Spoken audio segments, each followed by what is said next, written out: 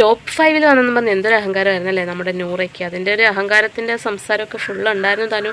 അനുമോൾ അത് എടുത്ത് ചോദിക്കുകയും ചെയ്തു, ടോപ്പ് 5 വന്നതിൻ്റെ അഹങ്കാരമാണോ നിനക്കുന്നത്. അപ്പം നൂറയുടെ ഈ ഒരു ആത്മവിശ്വാസം മാറ്റിയിരിക്കുകയാണ് നമ്മുടെ ലാലേട്ടൻ. അത് തകർത്തിരിക്കുകയാണ്, അല്ലെങ്കിൽ അഹങ്കാരം തീർത്തിരിക്കുകയാണ് ലാലേട്ടൻ. എങ്ങനെയാണെന്ന് വെച്ചാൽ ലാലേട്ടൻ നൂറയോട് ചോദിച്ചു, ടോപ്പ് 5 കാര്യമല്ല ചോദിച്ചു, എവിക്ഷനിൽ ഇല്ലാത്ത അല്ലെങ്കിൽ ഗ്രാൻഡ് ഫിനാലെ വീക്ക് എങ്ങനെ ഉണ്ടായിരുന്നൊക്കെ ചോദിച്ചപ്പോഴേക്കും നമ്മുടെ നൂറ് പറഞ്ഞു, ലാലേട്ടൻ ഞാൻ എവിക്ഷനിൽ വരാൻ ഞാൻ ടോപ്പ് 5 വന്നുകൊണ്ടാണല്ലോ, അതിൻ്റെ സന്തോഷം എനിക്കുണ്ടെന്ന് പറഞ്ഞപ്പോൾ ലാലേട്ടൻ പറഞ്ഞു, നമ്മളെ ടോപ്പ് 5 നീ വന്നിരിക്കുന്നത്, നീ ഫിനാലെ വീക്കിലോട്ട് മാത്രമാണ് വന്നിരിക്കുന്നത്. ടോപ്പ് 6 ഒരാളാണ്. അതായത് ഗ്രാൻഡ് ഫിനാലെ ലാസ്റ്റ് ആകുമ്പോൾ ടോപ്പ് 6 ആളുകൾ കാണും. അതിൽ ആരാണോ ആദ്യം എവിക്റ്റായി പോകുന്നതെന്നൊന്നും പറയാൻ പറ്റത്തില്ല.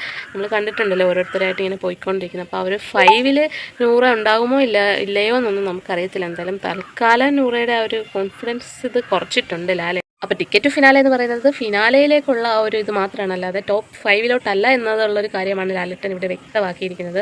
അപ്പോൾ നൂറയുടെ അതിലിടെ ഒരു പൊട്ടിക്കൽ അഹങ്കാരമൊക്കെ തീർന്നെന്ന് തോന്നുന്നു. എന്തായാലും ടോപ്പ് 5 നൂറ വരുമോ എന്ന് നമുക്ക് കാണാം. കാരണം നൂറ അത്രയും കഷ്ടപ്പെട്ടിട്ട് തന്നെയാണ് അതിൽ വിൻ ചെയ്തിരിക്കുന്നത്. അപ്പോൾ നമുക്ക് ബിഗ് ബോസ് ഒക്കെ തീരാറായി, ഇനി വിന്നർ ആരാന്ന് മാത്രം നമുക്ക് അറിഞ്ഞാൽ മതി. Thank you guys.